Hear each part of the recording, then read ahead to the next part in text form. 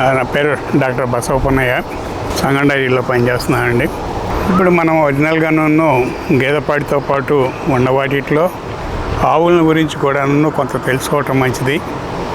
మెయిన్గా దేశవాళీ ఆవులు కొను, రెండోది ఇవాళ మనం ఎక్కువగా చూస్తున్నటువంటి సంకరజాతి ఆవులు కానీ చూసుకునేటట్టయితే మెయిన్గా రైతువారీగా వచ్చేసిన తర్వాత ఇవాళ సంకరజాతి ఆవుల వలనే ఎక్కువ లాభం ఉందండి. నాటు జాతి ఆవుల వలన ఇవాళ మనకి ఉండాటిలో వ్యవసాయము యాంత్రీకరణం వలన ఇవాళ పశువులతో అవసరం లేకుండా పోయింది. అదే ఒంగోలు ఆవులు కనుక ఉండేటట్టయితే వాటికి వచ్చేటువంటి కోడిదోళ్ళు వీటి సహాయంతో పూర్వకాలం వ్యవసాయానికి బాగా వాడుకునేవాళ్ళు. వచ్చినటువంటి మార్పు తదనుగుణంగా యంత్ర యూజ్ ఎక్కువైపోయిన దగ్గర నుంచి పశువులతో వచ్చేసిన తర్వాత ఈ ఉపయోగాలు బాగా తగ్గిపోయేసేసి పశువుల్ని రెండో విధంగా వాడుకోవటం జరుగుతుందండి. అది ఏమాత్రం కూడా అభినందనీయం కాదు. సో నెక్స్ట్ ఇవాళ వచ్చిన తర్వాత పాడి పరిశ్రమలో వచ్చేసిన తర్వాత మీరు ప్రతిమా స్టేట్లు ఎక్కడ చూసుకున్నా కూడా పర్టికులర్గా ఇటు మన పక్కమ్మట ఉన్నటువంటి తమిళనాడు కానివ్వండి, కర్ణాటక కానివ్వండి, కేరళ కానివ్వండి, మీరు ఎక్కడ చూసుకున్నా కూడా ఇండైరెక్ట్గా వచ్చేసిన తర్వాత ఇవాళ మొత్తం కూడా సంకరజాతి ఆవులతోనే సరిపోయింది. బాగా డెవలప్ చేసుకున్నారు వాళ్ళు. సంకరజాతి ఆవుల్లో వచ్చేసిన తర్వాత హెచ్ఎఫ్ ఆవులు ఒకటి ఉంది. హెచ్ఎఫ్ ఆవులు అంటే తెలుపు నలుపులో ఉంటాయండి. అట్లాగే జెర్సీ ఆవులు వచ్చేసిన తర్వాత గోధుమ రంగులో ఉండేటువంటి ఆవులు అవి. వీటి క్రాసెస్ కానీ ఏదైనా సరే ఇవాళ రైతువారీగా చాలా లాభదాయకంగా ఉందండి. ఇది పోషణ కూడా ఉన్న వాటిలో ఆవుల మధ్యలో చూసుకునేటట్టయితే హెచ్ఎఫ్ జెర్సీలో చూసుకునేటట్టయితే జెర్సీ ఎప్పుడు కూడా సైజు తక్కువ మూలన తక్కువ తినటం, పోయిన తర్వాత తీసుకున్నటువంటి మోతాదుకు సరిపడా వచ్చేసిన తర్వాత పాల దిగుబడి ఇవ్వటంలో జెర్సీ తర్వాతేనండి ఏదన్నా కానీ. నెక్స్ట్ హెచ్ఎఫ్లో చూసుకునేటట్టయితే తెలుపు నలుపు ఆవు. ఇది సైజు మంచి సైజు ఉంటుందండి. కాబట్టి దానికి తగ్గట్టుగాను దానా కానీ తిండి కానీ వచ్చేసిన తర్వాత కొద్దిగా పరిమాణం దానికి బాగా ఎక్కువగానే పెట్టాల్సి వస్తుందండి. సో దాని పరిమాణం తగ్గట్టుగానే ఆ యానిమల్స్ వచ్చేసిన తర్వాత మన ఏరియాలో బాగా పిండిన రైతుల దగ్గర పూటకు వచ్చేసిన తర్వాత 20 లీటర్లు కూడా పిండిన దాఖలాలు ఉన్నాయండి.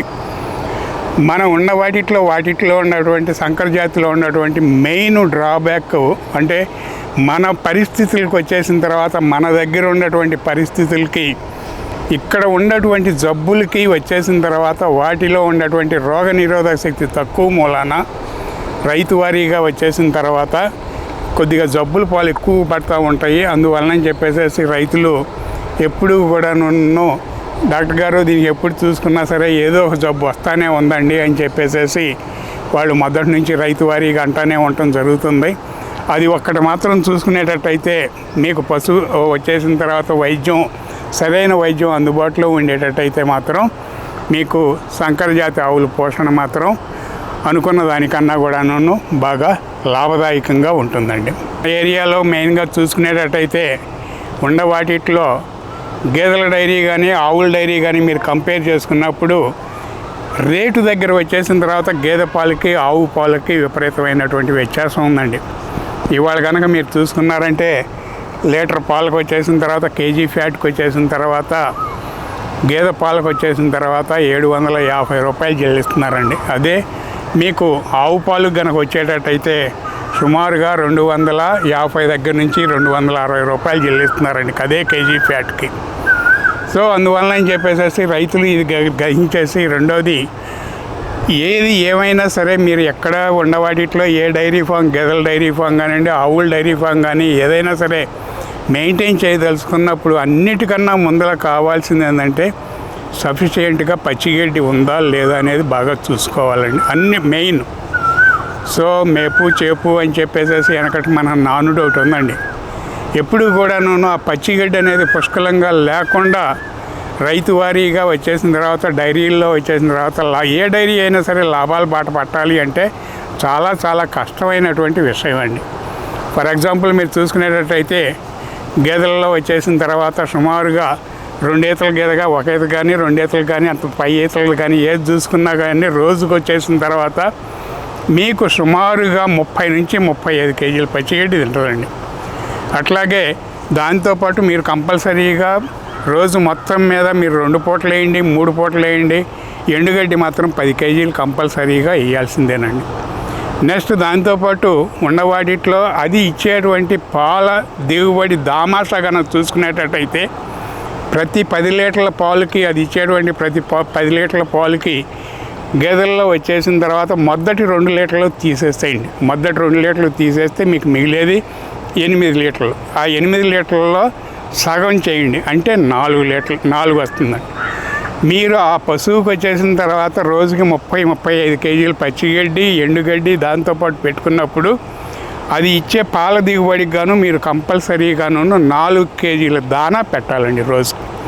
ఆ 4 కేజీల దానాన్ని మీరు 2 పూటలు పెట్టుకుంటారా, 3 పూటలు పెట్టుకుంటారా, 1 పూట పెట్టుకుంటారా అనేది రైతు వారి ఫాలో అయ్యేటువంటి సిస్టాన్ని బట్టి ఉంటుందండి. సాధ్యమైనంతవరకు ఎప్పుడైనా నేను రైతు వారీగా ఒక మాట చెబుతున్నానండి, దానా ఎప్పుడు 2 పూటలు పెట్టుకోవటం మంచి పద్ధతి అండి. ఈ విధంగా ఆలోచించినప్పుడు మీరు ఉండవాటిలో 4 రోజుల పాటు వచ్చేసిన తర్వాత మన ఏరియాలో బాగా వచ్చేసిన తర్వాత పాల ఉత్పత్తి, పాల వలన ఏదన్నా లాభం చేకూర్చాలి, లేదు రైతు వారీగా వచ్చేసిన తర్వాత తక్కువ శ్రమతో ఎక్కువ లాభం కావాలి అనుకుంటే మాత్రం ఎప్పుడూ కూడాను గేదె యొక్క డైరీ ఫామే బెటర్ అండి. అట్లా కాకుండా మీ దగ్గర వచ్చేసిన తర్వాత ఆవుల డైరీ ఫామ్లో పెట్టుకుంటే ఇంట్లో చిన్నపిల్లలను సాకినట్టు సాకగల కెపాసిటీ ఉంటేనే మీరు ఆవుల డైరీ ఫారంకి వెళ్ళిపోవటం మంచిదండి. అది ఎప్పుడు దానివల్ల ఏం చేసిందో ఆవుల డైరీ ఫామ్ అంటే మీకు ఉండవాటిలో సంవత్సరంలో వచ్చేసిన తర్వాత ఖచ్చితంగా 7 నెలలు ఆవుల పాలు దిగుబడి రావడం జరుగుతుందండి. మ్యాక్సిమం అది సూడికి వచ్చేసిన తర్వాత, నిండు సూడికి వచ్చేసిన తర్వాత 1-2 నెలలు మాత్రం రెస్ట్ ఇవ్వగలిగితే చాలండి.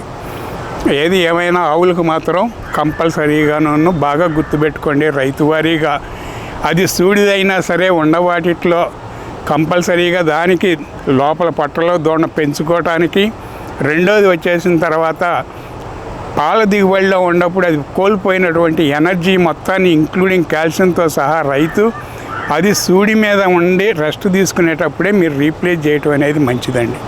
అంతేగాని ఈనిన తర్వాత ఏదో పెట్టుకుందాంలే అనుకోవటం అది మంచి పద్ధతి కాదండి. ఎప్పుడైతే మీరు ఉండవాటిలో ఇంతకుముందు జరిగినటువంటి ఈతలో అది లాస్ అయినటువంటి కాల్షియం, మినరల్స్ మొత్తం రైతు వారీగా అది రెస్ట్ తీసుకునే, అంటే సూడిగా నిండు సూడి మీద ఉన్నప్పుడు తీసుకునే 2-3 నెలల రెస్ట్లోనే మీరు రీప్లేస్ చేయగలిగితే రాబోయే ఎదకి మీకు అంతకన్నా ఎక్కువ పాలు ఇవ్వడానికి ఆస్కారం ఉందండి. లేని పక్షంలో మీకు అసలు ఆ పాల దిగుబడి అనే మాట రైతు వారీగా అనుకోవటం కూడా అనవసరం అండి. అదే విషయం గేదెలలో కనుక అయ్యేటట్టయితే మీకు రెండో విధంగా చూసుకోండి. గేదెలు వచ్చేసిన తర్వాత 8 నెలల పాటు పాలు ఇచ్చే ఉన్నాయండి, 11 నెలల పాటు పాలు ఇచ్చే ఉన్నాయి. కానీ ఏదైనా సరే రైతు ఆలోచించాల్సింది ఏంటంటే ఈ పశువు ఈనిన తర్వాత 3వ నెలలో మనం దాన్ని కట్టించామా లేదనేది మోస్ట్ ఇంపార్టెంట్ అండి. అక్కడ నుంచి మొత్తం పాల దిగుబడి అయిపోయే లోపల మినిమం పశువు 3 నుంచి 4 నెలలు సూడి కనుక ఉండేటట్టయితే ఆ డైరీ ఫామ్ ఎప్పుడూ కూడాను లాభాల్లో నడవటం జరుగుతుందండి. అందులో తప్పితే రైతు వారీగా నేను చెప్పగలిగిన విషయాలు అది ఒక్కటేనండి. ఉండవాటిలో ఎప్పుడూ కూడాను పశువులకు వాడేటువంటి దానాలో వచ్చేసిన తర్వాత కంపల్సరీగా మినరల్ మిక్చర్ ఒకటి యాడ్ చేసుకోవటం మాత్రం ప్రతిరోజు అండి. మామూలుగా 100 గ్రాముల చొప్పున యాడ్ చేయటం మాత్రం మర్చిపోమాకండి. అట్లాగే ఆవు పాలల్లో కూడాను ఆవుకు దానా వేసేటప్పుడు మొత్తం అది రోజు మొత్తం మీద ఇచ్చేటువంటి దిగుబడిలో మొదటి 3 లీటర్లు తీసేసేయండి. సపోజ్ ఒక యానిమల్ వచ్చేసిన తర్వాత 12 లీటర్లు పాలు ఇస్తుంది అనుకోండి రోజు మొత్తం మీద, మొదటి 3 లీటర్లు తీసేసేయండి. ఇక మిగిలింది 9 లీటర్లు. ఆ 9 లీటర్లో సగం 4.5 లీటర్ అండి. సో దానికి మొత్తం ఆవుకు ఆ రోజు మొత్తం మీద కావాల్సింది మీరు 4.5 కేజీల దానా అనేది వాడటం మాత్రం మర్చిపోమాకండి. అది మామూలుగా ఉజ్జాయింపుగా వచ్చేసిన తర్వాత రైతులు దాని యొక్క పాడి పశువులను మేపుకునే పద్ధతి అండి ఇది.